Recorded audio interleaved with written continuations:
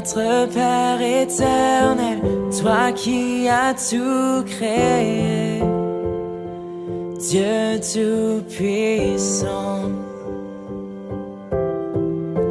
c'est par ton Saint-Esprit que Jésus fut conçu, Christ notre Sauveur.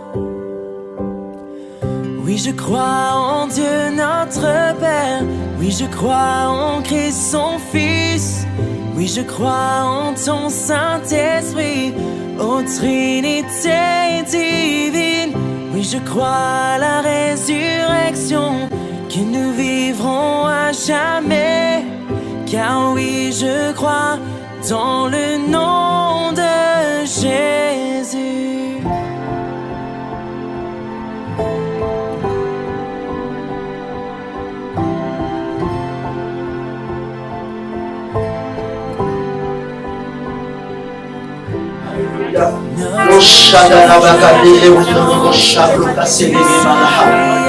Dis Seigneur, accorde-moi la grâce d'être enseigné.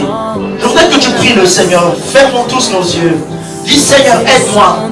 Je refuse tout ce qui vient me faire déconnecter de ton église. Tout ce qui vient, Seigneur, m'éloigner de ton église. Alléluia. Alléluia. Alléluia. Je te loue, Père. Je t'adore. Je te glorifie. Seigneur, ce matin, oh, accorde-nous la grâce de nous connecter, d'être les membres du corps. Prie le Seigneur. Dis Père, ce matin, donne-moi la force de m'accrocher. Donne-moi la force, Seigneur. Aide-moi. L'ennemi va tout faire pour que tu sois isolé. L'ennemi va tout faire pour que tu sois dégoûté de l'église. Qu'il est doux et agréable pour les frères de demeurer ensemble. C'est ainsi que Dieu envoie la bénédiction et la vie éternelle. Je vous salue dans le beau et précieux nom de notre Seigneur Jésus.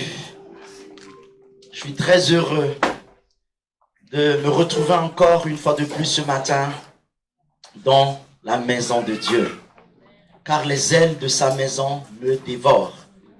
J'aime me retrouver dans sa présence et c'est pour moi une joie à chaque fois de me retrouver dans la présence de Dieu.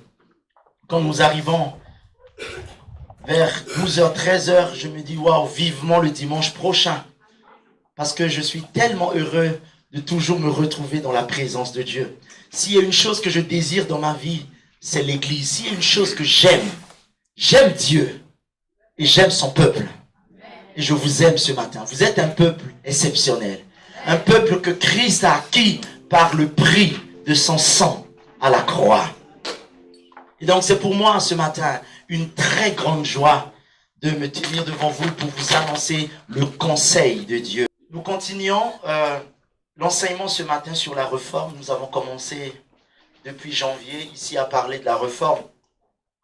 Nous avons baptisé l'année 2019 l'année de la réforme. Je suis en train de voir le fruit de cette réforme au milieu de nous. Et je sais que la réforme n'a jamais été une chose facile. Il faut du courage pour réformer. Et je pense et je crois que nous sommes dans une saison favorable. Une saison où Dieu voudrait que son peuple et son Église comprennent ce qu'il attend réellement de lui. J'ai introduit un sujet ici le dimanche passé sur l'ordre divin. Que le premier jour, la terre était informe et vide. Et l'Esprit de Dieu se mouvait au-dessus des eaux. Et Dieu dit que la lumière soit et la lumière fut. Ma fille Christéphie dit que la lumière brille. Elle connaît l'histoire de la création. Je lui raconte ça tout le temps. Ce fut ainsi le premier jour. Et le deuxième jour, Dieu créa le ciel. Le troisième jour, Dieu créa la terre et les plantes. Le quatrième jour, Dieu créa le soleil pour présider au jour, la lune pour présider la nuit, ainsi que les étoiles qu'il a fixées dans les cieux sans secours d'aucune main. Ce fut le quatrième jour. Le cinquième jour, Dieu créa les animaux. Le sixième jour, Dieu dit, faisons l'homme à notre image, afin qu'il domine. Et le 7e jour, Dieu se reposa. Dieu a fait toutes choses selon un ordre bien établi. Et cet ordre divin s'est révélé même au niveau de la création. Et ce matin, je voudrais vous parler de l'ordre divin dans l'Église. Je voudrais vous parler de l'Église. J'aime l'Église. L'Église vient du mot grec « ecclésia » qui veut dire être appelé hors ou être appelé à sortir d'eux. Ainsi, je vous invite à lire un texte que j'aime beaucoup et j'ai lu ici par la grâce de Dieu plusieurs fois. Matthieu chapitre 16, le verset 18.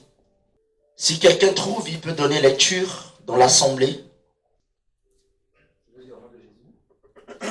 Et moi je te dis que tu es Pierre, et que sur cette pierre je bâtirai mon église, et que les portes de ce jour des morts ne prévaudront point contre elle. Amen. Je dis que tu es Pierre, et sur cette pierre je bâtirai mon église. Jésus parle de l'église. L'église, par définition biblique et simple, est le corps de Christ. Donc Christ lui-même est la tête. Avant de parler de l'église en tant qu'institution, pour nous, enfants de Dieu, l'église est premièrement un corps. Même si nous pouvons tous l'admettre que l'église soit une institution, ce qui est juste, mais l'église est avant tout corps de Christ. Et Christ lui-même est la tête. Vous trouverez ce texte dans Éphésiens chapitre 1, versets 22 à 23, où nous voyons Christ comme étant la tête et que nous, qui sommes tous ici, nous sommes constitués de corps. Alors il existe deux types d'églises, l'église locale et l'église universelle. L'église locale, c'est l'ensemble des rachetés, des croyants qui ont cru en Jésus, qui se trouvent dans une localité. Avant, on parlait de l'église de Galatie, où l'apôtre Paul dit dans Galates chapitre 1, versets 1 à 2, où il parle de l'église de Galate, l'église de Corinthe, l'église de telle ou telle ville. Donc, l'église locale, c'est lorsque les croyants qui se trouvent dans une localité acceptent Christ comme leur Seigneur et Sauveur, ils deviennent une église locale. Tandis que l'église universelle se définit comme étant l'ensemble de tous les rachetés, où qu'ils se trouvent, où qu'ils soient, tous ceux qui ont accepté Jésus comme leur Seigneur et leur Sauveur. Lorsque Jésus disait « Je bâtirai mon église », Jésus n'était pas en train de parler d'une dénomination ou d'une congrégation ou d'une religion. Aujourd'hui, nous avons les protestants, nous avons les catholiques, nous avons les méthodistes, mais l'église de Jésus, c'est l'église qui a accepté, ce sont l'ensemble des rachetés qui ont accepté Christ comme leur Seigneur et leur Sauveur. Nous voyons ici dans ce texte où Jésus prend la parole et il pose la question à ses disciples. Beaucoup disent que je suis Jean-Baptiste, beaucoup disent que je suis Élie. Beaucoup ont diverses opinions sur ma personne. Mais vous, qui êtes avec moi, qui marchez avec moi, qui dites-vous que je suis? Parmi ceux qui étaient avec Jésus, ils n'ont pas pu définir qui était réellement, effectivement Jésus. Pierre prend la parole et dit que tu es le Christ, le Messie qui devrait venir. Pierre reçoit la révélation sur la personne de qui est Jésus-Christ. Et Jésus lui dit, tu es Pierre. Et sur cette pierre, je bâtirai mon église. Tu es Pierre. Qui vient du mot grec Pétros, qui signifie une pierre, un roc. Et donc Pierre était l'un des 12 disciples de Jésus. Et Jésus dit, sur cette pierre, qui vient du grec Pétra, qui signifie roc. Et le roc dont il est question ici, mes chers amis, c'est une fermeté, c'est une dureté. C'est pour cela que la parole de Dieu dit dans Matthieu chapitre 7, verset 24, que quiconque entend ces paroles et les met en pratique est semblable à un homme qui a bâti sa maison non sur les sables, mais sur le roc. Sur cette pierre, je bâtirai mon église. Je vous avais expliqué ici, il y a 3 choses essentielles ici. Tu es Pierre, sur cette pierre, je bâtirai mon église. Jésus parle premièrement au futur. Je bâtirai, le verbe bâtir conjugué au futur. Ce qui veut dire que l'action va se dérouler dans les jours à venir. C'est que Dieu a eu un projet dans sa mentalité dès la fondation du monde. Et sa pensée était de bâtir une église. C'est pour cette raison que Jésus dit, je bâtirai. Les hommes vous ont fait des promesses. Vous avez eu des projets pour vos enfants.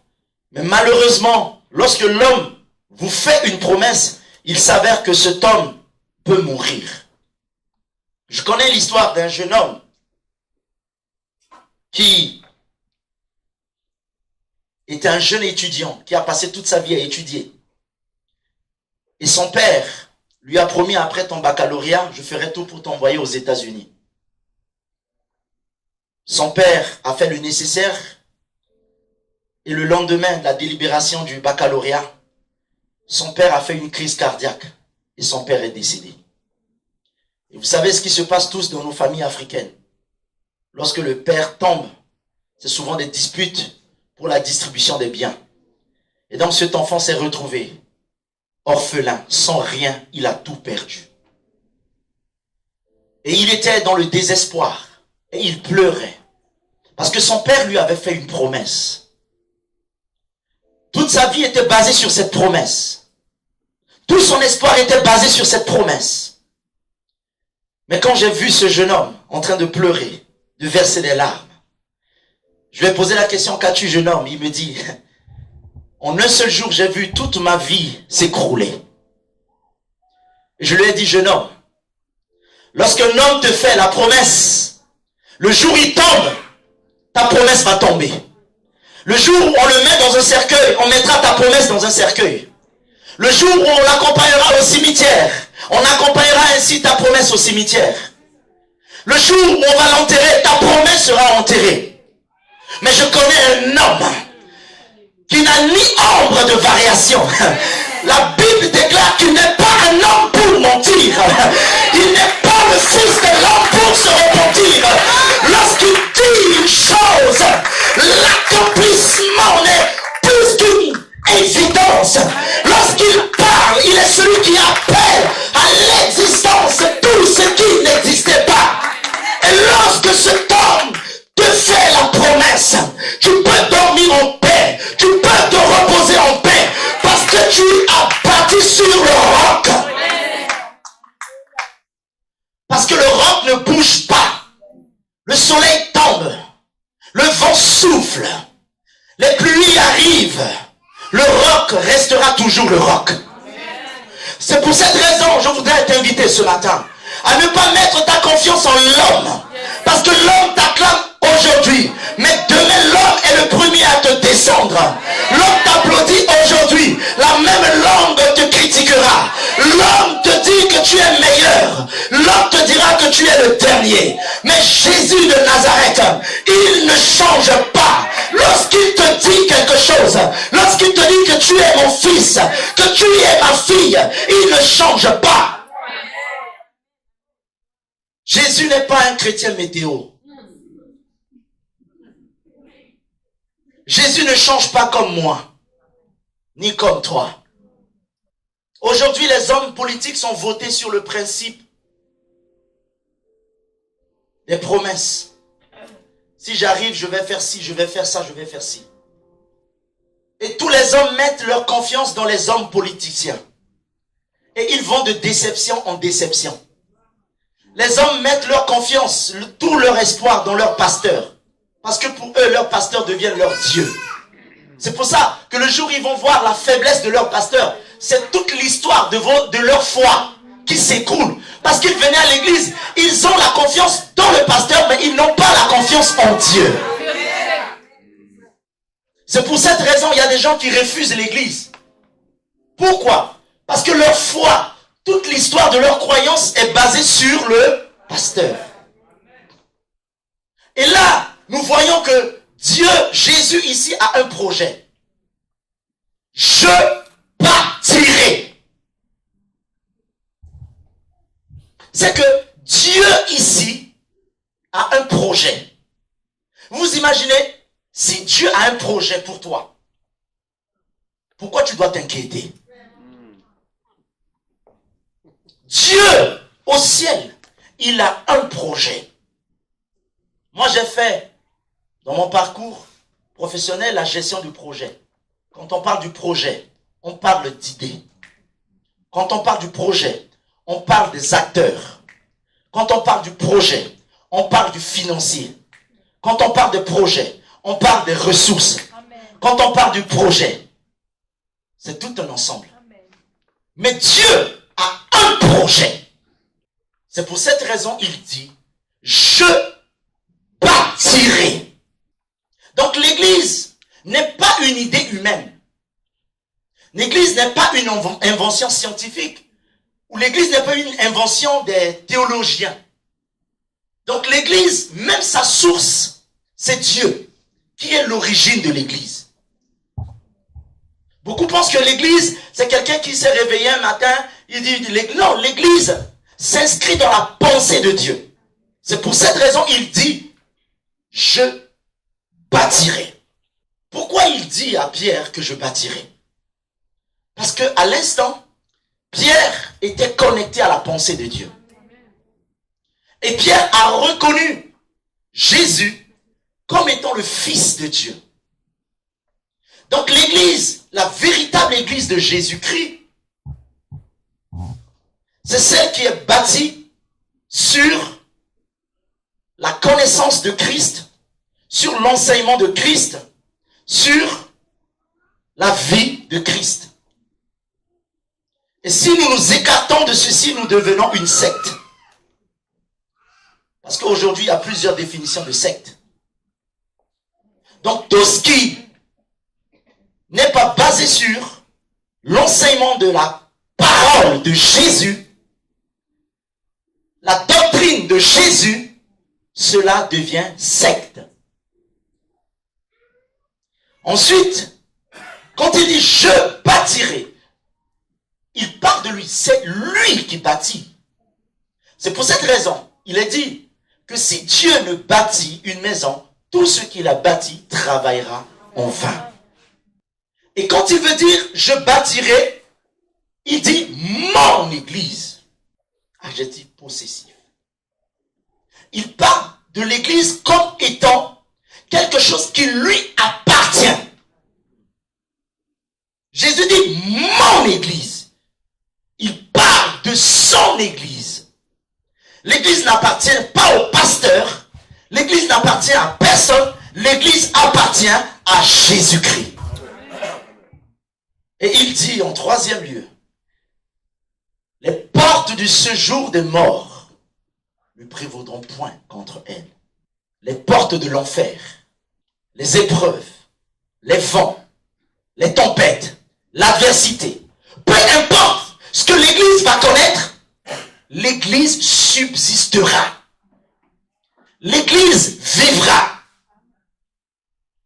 Vous savez, quand on a commencé en 2012, hein, les gens, ils ont dit, oh, peut-être après 3 mois, ils vont s'arrêter. Après 3 mois, les gens sont revenus. Ah, vous êtes encore là. On était un petit groupe. Et puis après, il dit, bon, peut-être si ça dure beaucoup, c'est 1 an. On a franchi les 1 an. Après, les gens disent, oh, combien commencent les églises ici à Orléans? Combien? Si c'est beaucoup, c'est 3 ans. Après 3 ans, on n'entendra plus parler d'eux. On a franchi la cape de 3 ans. Il dit, non, mais bon, ça va pas rester longtemps. 2012, 2019, 7 ans. Nous sommes là et nous serons encore là. Parce que ce n'est pas un homme qui a dit que nous allons résister. C'est Jésus qui dit, les portes de l'enfer ne prévaudront point contre elle. Nous sommes là. Même après le pasteur syriaque, l'église continuera. Et la véritable église de Jésus est celle qui résiste à l'adversité. Peu importe les tempêtes, les vents, la véritable église de Jésus est celle qui doit résister.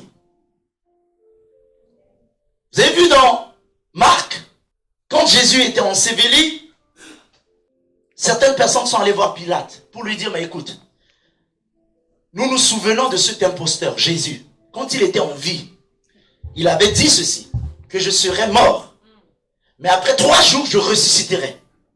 Ordonne donc que le sépulcre soit protégé, de peur que ses disciples viennent enlever le corps et qu'ils propagent un peu partout dans la ville que Jésus est ressuscité. Et là, ça sera la totale. Et puis là, dit, allez-y, allez garder. Prenez garde du sépulcre. Ils étaient là avec leurs armes, avec leurs boucliers. Ils étaient devant le sépulcre pour voir si quelqu'un viendrait enlever le corps. Premier jour passé. Deuxième jour passé. L'histoire de la Bible nous renseigne que le 3e jour, un ange descendit du ciel et a roulé la pierre et a ressuscité Jésus d'entre les morts. Ils étaient là, debout, les yeux ouverts. Ils étaient comme morts. Et quand ils ont vu Jésus ressuscité, ils se sont précipités pour aller dire à Pilate, c'est compliqué, c'est grave, ce qu'on a vu. Et ce qui s'est passé, c'est qu'on leur a donné de l'argent. Il dit, écoutez, on ne veut pas que cette histoire sorte. Gardez ça pour vous, parce que si ça sort, c'est fini. Prenez vos paquets. Les gars, ils ont pris l'argent, mais ils ont parlé après.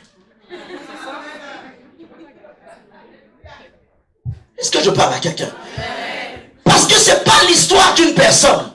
C'est l'histoire de Dieu. C'est que quelqu'un ne peut pas empêcher l'évangile d'être annoncé.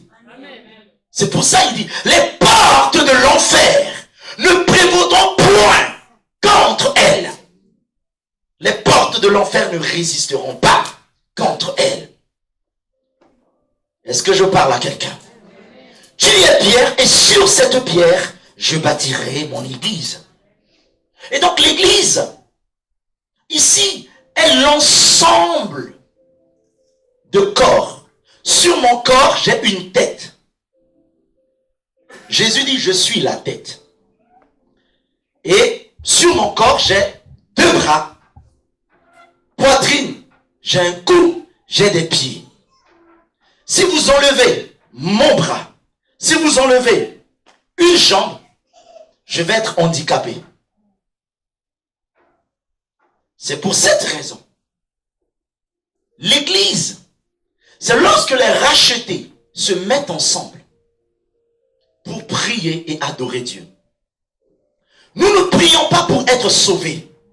Nous sommes sauvés parce que nous avons accepté Christ dans notre cœur comme notre Seigneur et Sauveur. Nous sommes sauvés sur un simple principe. Celui qui croira, qui sera baptisé, sera sauvé. Et du moment où je crois, du moment où je passe par les eaux du baptême, automatiquement je suis sauvé. Si je suis sauvé, Dieu me connecte à son corps, qui est l'Église. Et je deviens ainsi membre d'un corps. En Afrique, nous, on prépare avec les bois. Vous prenez une seule bûche ou un bois, vous faites du feu, et vous mettez 10 ensemble. L'intensité des 10 bûches sera plus intense que si vous avez un seul bois. Donc, si nous nous mettons ensemble, c'est pas pour être sauvés, mais c'est pour nous édifier, c'est pour nous permettre d'être nourris dans la parole de Dieu, c'est pour que le corps fonctionne convenablement. C'est pour cette raison, il est dit dans la parole, n'abandonnez point votre assemblée. C'est que c'est Christ qui parle de l'église, il dit, je bâtirai mon église. Et sur un corps, il y a plusieurs membres. Aujourd'hui, vous me direz que j'ai Internet, je suis des enseignements, mais c'est pas tout sur Internet qu'il faut prendre. Hier, je voyais un pasteur qui faisait des délivrances avec un serpent. Il arrive comme ça, il fait ça, ça tombe. Il prend le serpent, il fait ça, ça tombe. Un autre, il fait manger des herbes aux gens. Tout ça sur Internet. Aujourd'hui, il y a tout et n'importe quoi sur Internet. Tu peux ouvrir ton église sur Internet. Chacun peut ouvrir une église sur Internet. Il y a même des pasteurs web. Est-ce que je parle à quelqu'un? Non, écoutez-moi. Est-ce que je parle à quelqu'un? Je bâtirai mon église. Mais l'église dont il est question ici est membre du corps. Qui de nous ici a été parachuté au ciel? Son père, son mère. Ma mère est encore là. Mon père est décédé en 2008. J'ai une histoire. Je fais partie d'une famille. Jésus, même quand il devait venir, il a été introduit au sein d'une famille. Et l'église est la famille de Dieu. Si vous n'avez pas la famille dans le monde, venez trouver de la famille auprès de Dieu. C'est pour cela que j'aime ma famille en Christ. Parce que ma famille charnelle, si ma famille charnelle ne croit pas en Dieu, le jour de la mort, on va se séparer pour l'éternité. Mais ma famille en Christ, nous sommes liés en Dieu pour l'éternité. Pour l'éternité. C'est pour cela que ma famille en Christ est précieuse pour moi. Et quand je dis que mon frère, quand je dis ma soeur, ce n'est pas seulement des mots vains. Ce n'est pas une hypocrisie, c'est réellement un frère, c'est réellement une sœur. Quand tu te déconnectes du corps, tu vas être un membre handicapé. Tu vas marcher comme ça. Est-ce que je parle à quelqu'un? Donc l'église se définit ici comme étant membre du corps de Christ. Et le Seigneur voudrait que chaque membre du corps puisse fonctionner. Voyez-vous, quand nous sommes rentrés ici, il y a eu beaucoup d'acteurs qui ont fait que ce culte a eu lieu. Avant de commencer le culte, il y a eu des personnes qui ont installé les lumières. D'autres ont posé la sono. D'autres se sont occupés du petit déjeuner.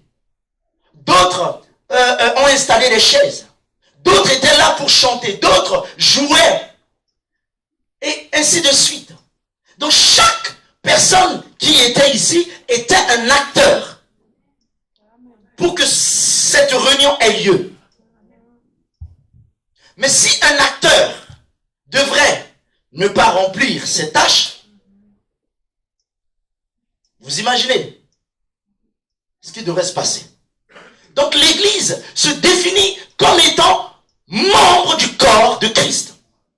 Même moi qui vous parle en tant que pasteur, il fut des moments dans ma vie, je me suis retrouvé à Brest quand j'étais étudiant. Je connaissais personne, je venais à peine d'arriver, je vous assure. Rester seul. Je commençais à un moment donné, petit à petit, à être, ma foi, l'intensité, le degré de ma foi commençait à être impacté. Parce que c'est pas pareil lorsqu'on se met ensemble pour prier. C'est pas du tout pareil lorsqu'on se met ensemble pour adorer Dieu. Et la Bible dit que les disciples, dans Actes chapitre 2, étaient ensemble. Et ils étaient tous ensemble. Et ils attendaient la venue du Saint-Esprit qui a été promis. Et il a donné les dons spirituels pour l'édification du corps. Pour que le corps fonctionne, il faut que toutes les parties du corps puissent jouer leur rôle. Et donc les disciples dans Actes chapitre 2 étaient là en train d'attendre la venue du Saint-Esprit. Ils attendaient. Il leur a dit, ne vous écartez pas. Attendez à Jérusalem jusqu'à ce que vous soyez entièrement remplis du Saint-Esprit. C'est pour cette raison, aujourd'hui, lorsqu'on parle d'église, mes chers amis, nous devons comprendre que l'église n'est pas une invention humaine, mais l'église s'inscrit dans la pensée de Dieu. Et si vous vous reconnaissez comme étant enfant de Dieu, vous êtes une église vivante, premièrement.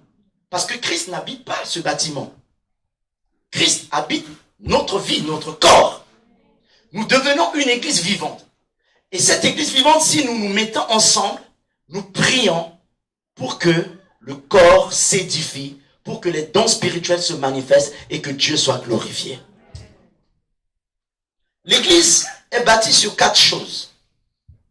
Actes chapitre 2, verset 42. Actes chapitre 2, verset 42. Si quelqu'un trouve, il peut donner lecture. Il persévérait dans l'enseignement des apôtres, dans la communion fraternelle, dans la fraction du pain et dans les prières. Amen. Voilà ces 4 choses qui étaient qui ont fondé le socle de l'église. L'enseignement des apôtres, la communion fraternelle, la fraction du pain et les prières. Ces 4 choses ont constitué la base de l'église.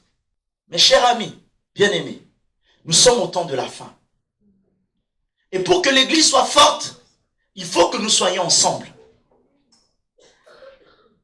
C'est pour cette raison, Dieu dit, lorsque 2 ou 3 se mettent d'accord et qu'ils demandent quelque chose, le Seigneur va les exaucer. L'église était bâtie sur le fondement, sur l'enseignement des apôtres. Je parle toujours de la réforme. Ils ont persévéré. Il y a une différence entre la patience et la persévérance. La patience, c'est une attitude qui consiste à attendre quelque chose dans le calme. Je répète, c'est une attitude qui consiste à attendre quelque chose calmement. On attend la réalisation de quelque chose. On ne bouge pas. On ne se déplace pas. On est calme. Tandis que la persévérance vient après la patience. C'est que je suis déjà patient, mais la persévérance continue d'attendre. Continue l'effort. Ne bouge pas. Continue encore. C'est ça ce qu'on appelle la persévérance. Et donc, ils ont persévéré. Si la Bible déclare qu'ils ont persévéré, c'est que les choses ne se sont pas faites comme ça, en clin d'œil. Il y a eu un temps où l'Église devrait attendre pour que le Saint-Esprit vienne pleinement sur eux, pour qu'ils soient remplis avant de commencer à annoncer la parole de Dieu. C'est qu'il y a un temps marqué pour chaque chose. N'oubliez pas l'ordre divin. Dieu fait toutes choses dans son agenda. dans un timing bien précis. Ce qui veut dire quoi? Ce qui veut dire que ils ont persévéré. Ils ont attendu le moment, le go de Dieu. Le temps devrait arriver où ils devraient attendre pour être visités, remplis de l'esprit, pour se lever et ensuite commencer à annoncer la parole de Dieu. Lorsqu'on ne persévère pas, lorsqu'on n'attend pas le timing de Dieu, il y a eu beaucoup de personnes qui sont mortes prématurément dans l'œuvre de Dieu, dans leur ministère, parce qu'ils n'ont pas été assez préparés. Ils n'ont pas assez été équipés pour confronter certains problèmes, certaines adversités dans la foi. Ils ont attendu. Et la persévérance ici, on peut l'expliquer de différentes manières. Ils ont persévéré, mes chers amis. Quand Dieu dit qu'ils ont persévéré, c'est que je dois apprendre même à être patient envers mon frère, apprendre à être patient envers ma sœur, à persévérer, à le supporter, à prier pour lui, à rester là, à demander au Seigneur, Seigneur, agis dans la vie de telle personne. Je vais vous dire quelque chose qui va peut-être vous surprendre. Vous savez comment Dieu a travaillé ma patience? Dieu a commencé à travailler ma patience avec les fidèles de l'église. Parce que moi, j'étais quelqu'un de très impatient. Alors, lorsque je dis quelque chose et que la personne revient encore, il revient encore. Parfois, quand je veux me fâcher, le Seigneur me dit, c'est ton travail, fais-le. Et je gagne en maturité. Le Seigneur m'apprend à être patient. Ils ont persévéré dans l'enseignement des apôtres. Je vais toucher ce point et après je vais m'arrêter. C'est maintenant que le message commence. Dis à ton voisin, c'est maintenant que le message commence.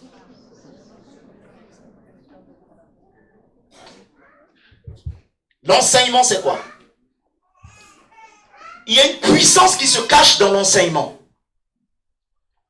Nous tous qui sommes ici, on est passé par un enseignement. Lorsqu'un enfant naît, l'enseignement commence par ses parents à la maison. Après, il va à l'école. Enseignement maternel. Après, enseignement primaire. Après, enseignement secondaire. Après, enseignement universitaire. Donc, il y a l'enseignement dans la vie, c'est un parcours qui permet à l'être humain de devenir quelqu'un. Et également l'enseignement de la vie. Parce que la vie nous enseigne aussi. Il y a des choses que le pasteur peut vous prêcher, on peut vous enseigner à l'école, mais il y a des choses que la vie même vous enseigne. Il y a des choses dans ma vie, aujourd'hui je suis arrivé à une conclusion de comprendre certaines choses, que personne ne m'a appris ces choses, mais je suis arrivé à la phase de comprendre parce que j'ai une expérience. De par mon âge, de par mon histoire, de par ce que le Seigneur m'a fait traverser. J'ai gagné en expérience. Ils ont persévéré dans les enseignements. On parle ici, pas d'un seul enseignement, mais des enseignements. Premièrement, ce que vous devez savoir de l'enseignement, l'enseignement produit la connaissance.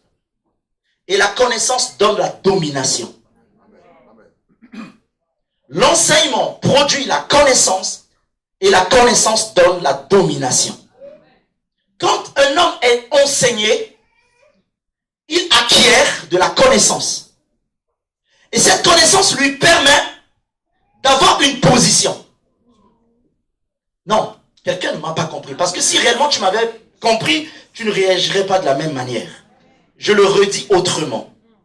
L'enseignement produit la connaissance et la connaissance donne la domination. Quand dans le jardin, Dieu dit, faisons l'homme à notre image, selon notre ressemblance, pour qu'il domine. C'est pour cette raison, quand Dieu a créé l'homme dans le jardin, Dieu a commencé à instruire l'homme dans le jardin. Dieu dit à Adam, écoute, tu mangeras de tous ces arbres. Mais celui-là, c'était l'instruction. C'était l'enseignement. Mais aujourd'hui, les chrétiens sont devenus des ennemis d'enseignement. On aime tout ce qui flatte. On aime applaudir. On aime suivre les mouvements. Mais quand on dit réunion de prière et d'enseignement, cellule de prière et d'enseignement, là, on ne voit personne. Le frère Dimitri a l'habitude de le dire, et je vais répéter sa citation. Un chrétien mal enseigné est un danger pour l'Église. Un chrétien mal enseigné est un danger. Qu'est-ce qui constitue votre fondement en Christ? Aujourd'hui, on a beaucoup de gens qui fréquentent les églises, mais qui ne sont pas enseignés. Il y en a non seulement qui ne sont pas enseignés, mais ils ne sont pas enseignables.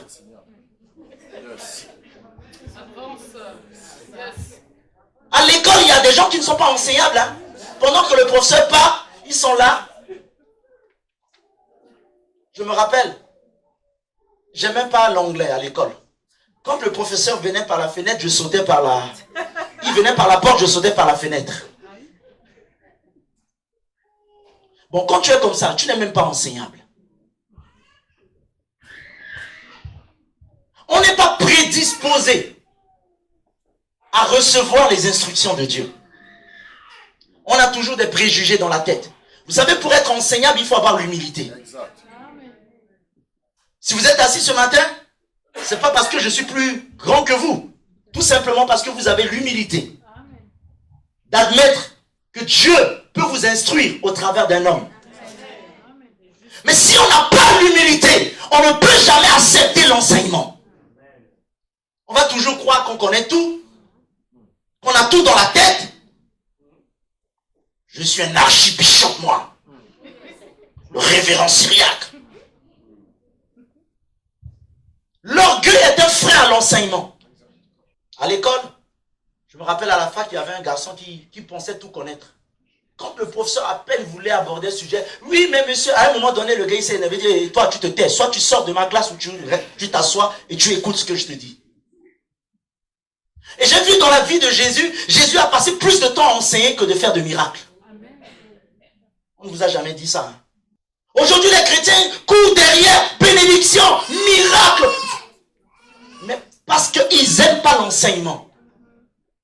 C'est l'enseignement qui va faire que ta foi va être bâtie sur le roc. Quand il dit, tu es pierre, et sur cette pierre se pétra, je bâtirai. C'est l'enseignement. Et un chrétien qui n'est pas enseigné, c'est un chrétien qui n'a aucun fondement. Comment est-ce que vous acceptez? Je vois des chrétiens qui acceptent dans des églises, et puis on leur marche dessus, où le pasteur dit, allez, venez, il prend le serpent, il fait ça, les gens tombent. Attends, quelqu'un qui est enseigné, qui connaît la parole de Dieu, il ne peut même pas regarder, voir ça pendant une seule seconde.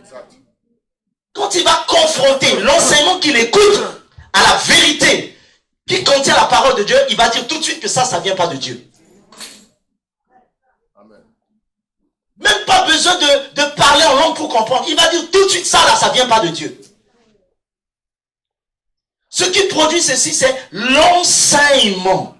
L'enseignement vous donne la connaissance, et la connaissance vous amène quelque part. Aujourd'hui, le problème que nous avons aujourd'hui dans nos églises, je suis désolé de vous le dire, l'église n'aime pas l'enseignement. L'église n'aime pas l'enseignement. Si je disais, on va faire une réunion jeudi pour enseignement, les gens vont trouver des excuses. Proverbe dit ceci. Proverbe chapitre 6, verset 20. Ne rejette pas l'enseignement de ton père et de ta mère. L'enseignement donne la domination. Quand nous regardons Daniel, quand nous regardons Joseph, le degré de la connaissance de Joseph et de Daniel a fait qu'ils ont été positionnés. Le degré de leur connaissance leur a donné de la supériorité, la domination. Donc quand on parle ici de dominer, vous allez régner, cela commence par un renouvellement de mentalité. Et ce renouvellement de mentalité vient par l'enseignement. Donc il y a des choses que vous allez comprendre. Vous allez prendre pour manger, vous allez prendre votre temps pour mâcher. Ensuite avaler. Et quand vous avalez, ça tombe dans vos entrailles et ça produit et puis ça explose. Ça change totalement votre manière de voir les choses.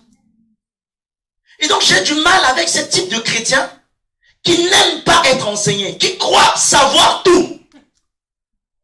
Jésus était à l'école. Hein. Jésus a été instruit. Hein. Je vais peut-être vous dire une chose qui va vous choquer. Vous savez pourquoi on n'arrive pas à attirer certaines catégories de personnes dans nos églises? Vous savez pourquoi? Quand j'étais jeune dans la foi, à l'âge de 12 ans, je prêchais, j'avais trouvé aussi des jeunes qui avaient mon âge et qui servaient Dieu. Quand ils ont commencé à servir Dieu, ils étaient quelque part. Entre guillemets, leur père spirituel et leur pasteur leur a dit, si vous continuez d'aller à l'école, Dieu va vous tuer.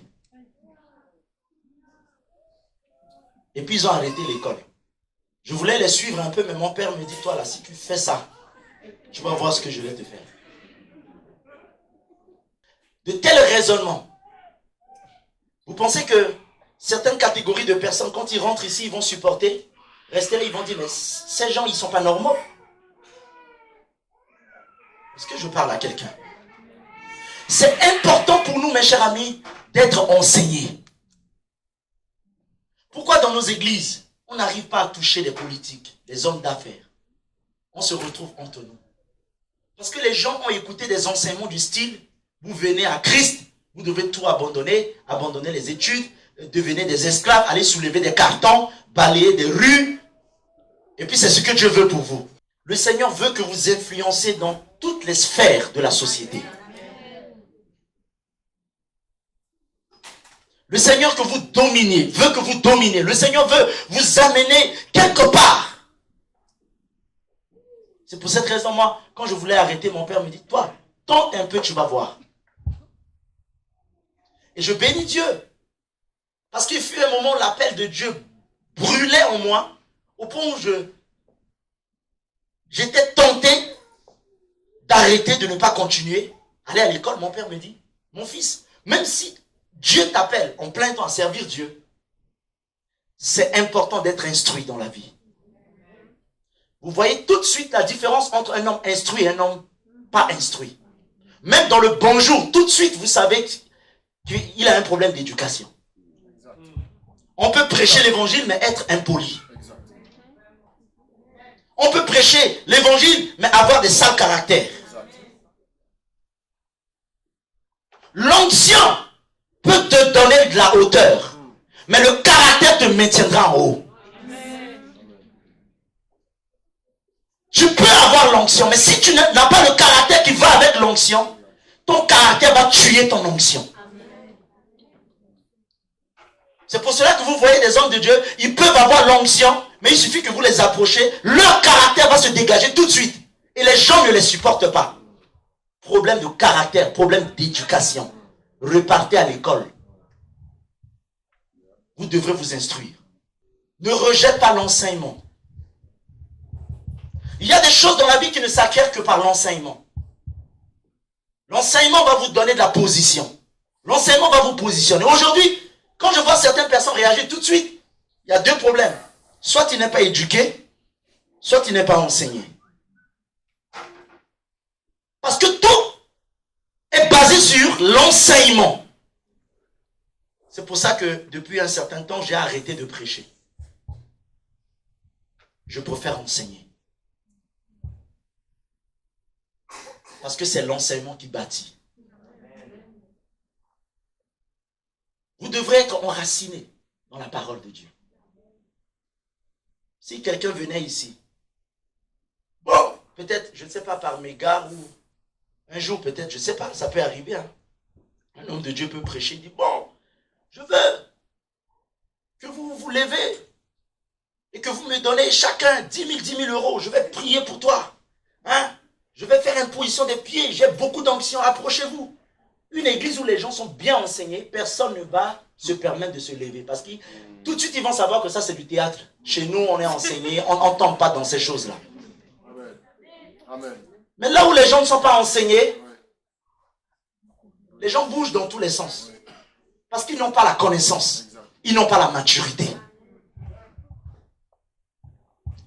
L'enseignement va t'amener à découvrir ta propre personnalité. L'enseignement donne de la domination. C'est pour cette raison, mes chers amis, l'église a été bâtie pour un seul but. Jésus a dit, vous attendrez à Jérusalem, que vous soyez remplis, ensuite vous serez mes témoins. Le seul but de l'église, c'est d'être témoin de Christ. L'église n'existe pas pour que je me remplisse la poche. L'église existe pour que nous soyons les témoins. Mais pour être témoin, il faut être enseigné. Dieu veut que l'église incarne le royaume de Dieu sur la terre. Mais pour manifester cette incarnation, il faut être enseigné. C'est pour cette raison, je vous encourage.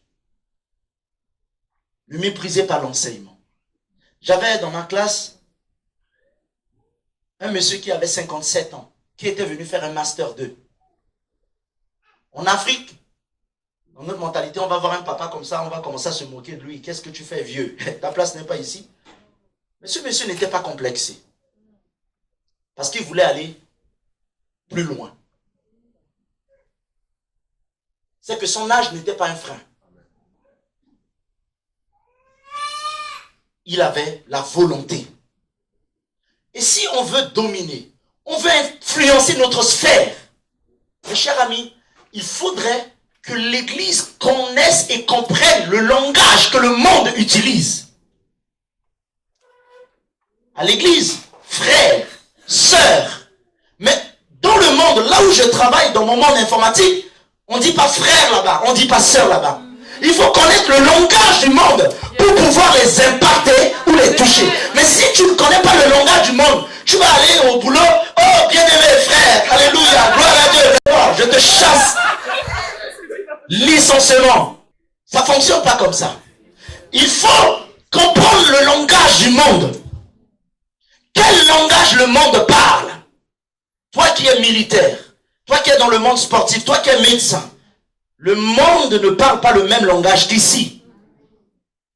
Il faudrait que les enfants de Dieu comprennent qu'il est temps que les enfants de Dieu se positionnent.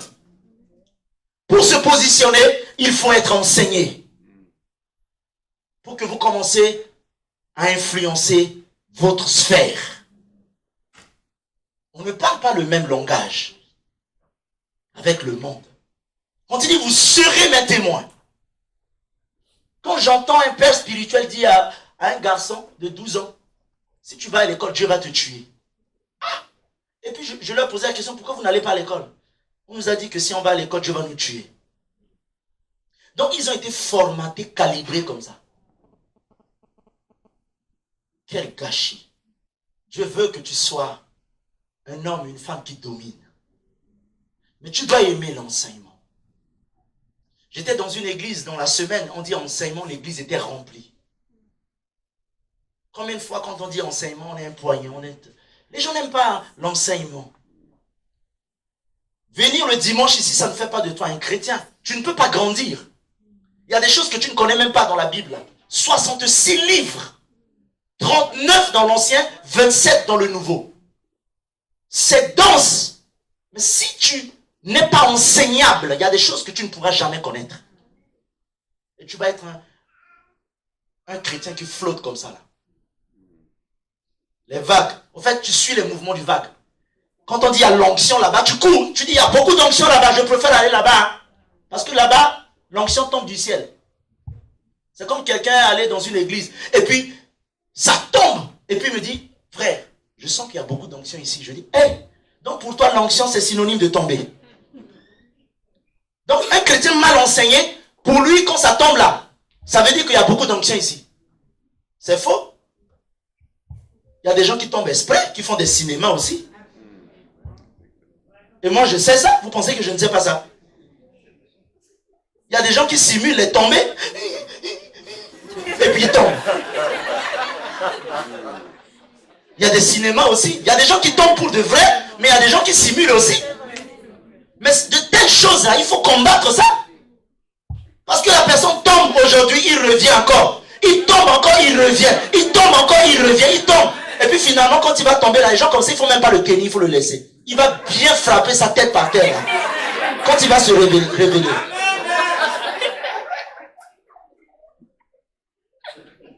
Les gens aiment les cinémas. Les gens aujourd'hui, les chrétiens aiment le spectacle. Ils aiment le matu-vu. Ils aiment tout ce qui frappe à l'œil. Qu'est-ce que vous appelez église? Qu'est-ce que vous appelez onction? Qu'est-ce que vous définissez d'onction? L'onction, quand ça t'impacte, ta vie change. Ta vie, je dis ta vie change. Ta manière de penser change. Ton langage change. Ton vocabulaire change. Ta manière de compréhension change. C'est pour cette raison la Bible dit ceci. Par faute de connaissance. Bon, faites l'inverse du verset. Par beaucoup de connaissances, mon peuple progresse. Mon peuple vit. Donc c'est l'enseignement. Quand on dit semaine d'enseignement, je vais faire exprès. Là, on va programmer une soirée d'enseignement. Je vais voir combien de personnes. Est-ce que tu aimes l'enseignement? Ou tu es un chrétien qui aime recevez? Alléluia, chante, alléluia. Ah. Oui, c'est bien. Prophétie. Tu as 2000 dans ta poche. À gauche, droite, actuellement, je suis en train de voir. Viens, bon, donne-moi 6 mois un chèque, frère. Tu vas voir ce qui va s'arriver demain. Les gens ne sont pas enseignés et ils suivent, excusez-moi du terme, comme des moutons. Le degré de l'enseignement que tu vas recevoir va déterminer ta vie. C'est pour cette raison. Je veux encourager l'Église vers l'instruction. Il faut que l'Église soit assise dans l'instruction. J'encourage les jeunes qui vont à l'école, qui sont des étudiants. Ne soyez pas médiocres. Le Seigneur veut que vous influencez dans votre sphère. Et pour influencer dans votre sphère, vous devrez être des hommes et des femmes qui auront de la matière dans la tête. L'église n'est pas seulement un endroit où les idiots n'ont rien à faire, ils se réunissent pour se faire du bien. L'église est un lieu d'instruction. 2. L'enseignement libère la vérité. Vous connaîtrez la vérité et la vérité vous affranchira. Donc un homme qui est bien enseigné va connaître la vérité. Parce qu'aujourd'hui, il y a du tout et du n'importe quoi. Par exemple, on va vous dire, faites ci, faites ça. Ou je vais venir ici faire du spectacle. Si vous êtes bien enseigné, vous allez savoir que ça, là, ça ne vient pas de Dieu. Donc, l'enseignement libère la vérité. Donc, si vous n'êtes pas enseigné, vous allez être des hommes et des femmes qui vont marcher dans le faux. Vous n'aurez pas la vérité en vous. Vous connaîtrez la vérité. C'est la vérité qui rend libre. Vous ne serez pas esclave. La vérité va vous affranchir. La vérité va vous libérer.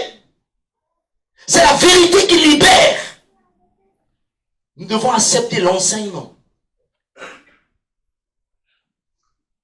Troisième chose, l'enseignement préserve. Dans les derniers temps, beaucoup viendront avec le nom de Dieu. Beaucoup diront qu'ils sont Dieu. Beaucoup diront que Dieu les a envoyés. Mais si vous êtes des hommes et des femmes enseignés, vous allez voir que vous serez préservés. Vous serez préservés. Quand je vous disais que ça fait plus de 23 ans que je prêche l'évangile, parce que j'ai été enseigné. Donc, il y a des choses qui ne peuvent pas m'influencer. Il y a des choses qui ne peuvent pas me faire douter. Il y a des choses qui ne peuvent pas me faire bouger. Pourquoi? Parce que j'ai été enraciné dans la parole de Dieu. Parce que si tu n'es pas enraciné dans la parole de Dieu, tu vas suivre les courants des pensées.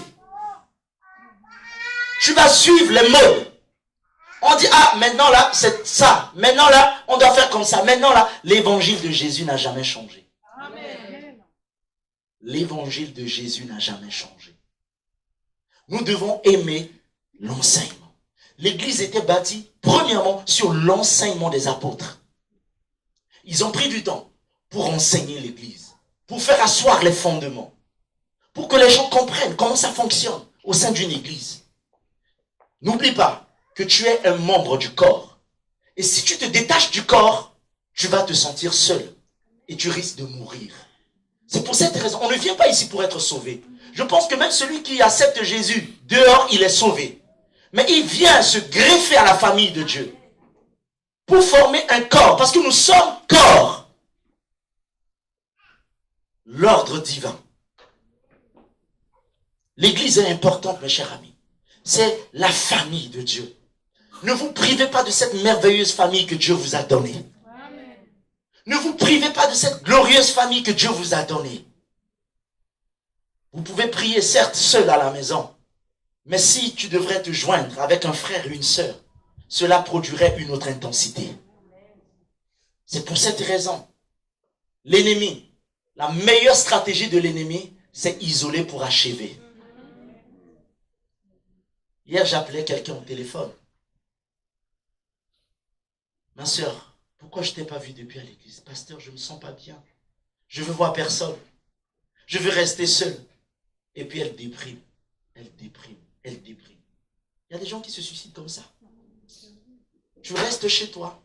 Des montagnes de pensées. Alors tu viens à l'église. Tu loues le Seigneur. Tu adores. Tu vois tes frères, tes sœurs. On prie ensemble. Tu t'édifies. Ça te fait du bien d'écouter la parole de Dieu. Tu vas dire oui, je suis à la maison. Je fais mon culte sur Internet. Je fais... Non. Nous sommes une famille. Vous savez pourquoi il y a beaucoup de gens qui dépriment? Il y avait un monsieur, un Français qui venait. Il me dit, je ne suis pas bien parce que j'ai personne dans ma famille, je ne vois personne. Et ce monsieur, il venait, pas pour Dieu, hein, il venait pour rencontrer du monde. Ne vous privez pas de cette merveilleuse famille que Dieu vous a donnée. L'ordre divin. Il a institué l'église. Jésus est l'auteur de l'église. Jésus est la tête de l'église. Il dit, je bâtirai mon église. Et nous sommes tous ici membres de ce corps. Je voudrais t'encourager à te lever, à t'investir dans cette merveilleuse famille. Parce que dans une famille, chaque personne a une responsabilité. Même ma fille, Christéphie, je lui apprends maintenant, quand j'arrive à enlever mes chaussures, à enlever les chaussettes, et elle le fait d'une manière fidèle. À peine j'ouvre la porte, elle court. Même avant de m'asseoir, elle dit, papa, il faut que je t'enlève les chaussures. Voyez-vous? Ça paraît banal, mais elle commence déjà à faire quelque chose. Elle est utile. Je peux lui dire, ma fille, est-ce que tu peux m'amener telle chose? Elle court, elle me l'amène. Donc si tu devrais t'investir au sein de ta famille chrétienne, la merveilleuse famille que Dieu m'a donnée, vous savez, c'est l'église. Je ne dis pas que ma famille n'est pas merveilleuse. Mais ce qui est glorieux, encore, j'ai toute ma famille au sein de l'église. Waouh! Quelle grâce de voir sa famille, sa maman, sa sœur, ses neveux, son frère, au sein de l'église. C'est une joie. Jésus dit, moi et ma famille, nous servirons l'Éternel. Vous devrez être enseignés pour être préservés des faux courants doctrines. Vous devrez être enseignés pour être préservés des fausses conceptions, des fausses choses qui courent aujourd'hui notre monde. Dans le domaine de l'église, vous devrez être des hommes et des femmes enseignés. Et des hommes et des femmes enseignables. Dis à ton voisin, je suis enseignable. Nous allons prier, est-ce qu'on peut se mettre debout?